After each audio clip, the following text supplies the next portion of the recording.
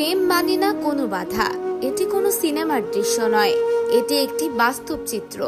আর এই বাস্তব ঘটনাটি আজ কাঁপিয়ে দিয়েছে পুরো সোশ্যাল মিডিয়া। ঘটনাটি ঘটেছে কুড়িগ্রাম জেলার একটি চেয়ারম্যানের অফিসের ভিতরে, যেখানে বিচার বসেছিল দুই তরুণ তরুণীর ভালোবাসা আলাদা করার জন্যে। কিন্তু মানুষ হয়তো ভুলে যায়, সত্যিকারের ভালোবাসা জোর করে ভাঙা যায় না। কবির হোসেন ও জুই আক্তার দুজন দুজনকে মন থেকে ভালোবেসেছিল। দীর্ঘদিন ধরে চলছিল তাদের সম্পর্ক।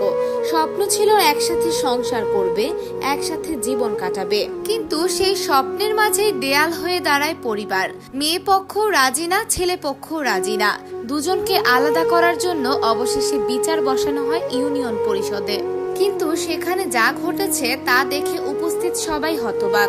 ভিডিওতে দেখা যায় ছেলে আর মেয়ে এমন ভাবে একে অপরকে জড়িয়ে ধরেছে যেন পৃথিবীর কোনো শক্তি তাদের আলাদা করতে পারবে না। চারপাশে চিৎকার, ধস্তাধস্তি, পরিবারের লোকজন টেনে সরানোর চেষ্টা করছে। কিন্তু তারপরও এক সেকেন্ডের জন্য কেউ কাউকে ছাড়েনি। মেয়েটার চোখে পানি, ছেলেটির মুখে আতঙ্ক।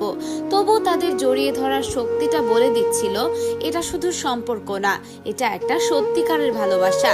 সত্যি বলতে এই দৃশ্য দেখে অনেকেই কেঁদে ফেলেছেন, কারণ সমাজে আজও অনেক ভালোবাসা পরিবারের অমতে হারিয়ে যায়। অনেক সম্পর্ক ভেঙে যায় জোর করে।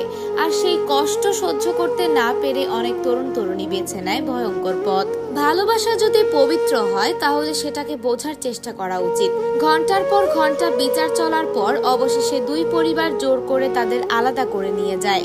হয়তো দিন শেষে তারা আলাদা হয়ে গেছে, কিন্তু সেই মুহূর্ত, সেই ভালোবাসা, সেই একে অপরকে আঁকড়ে ধরে রাখার দৃশ্য উপস্থিত সবার হৃদয় ছুঁয়ে গেছে। কারণ সত্যিকারের ভালোবাসা কখনো সহজে হার মানে না।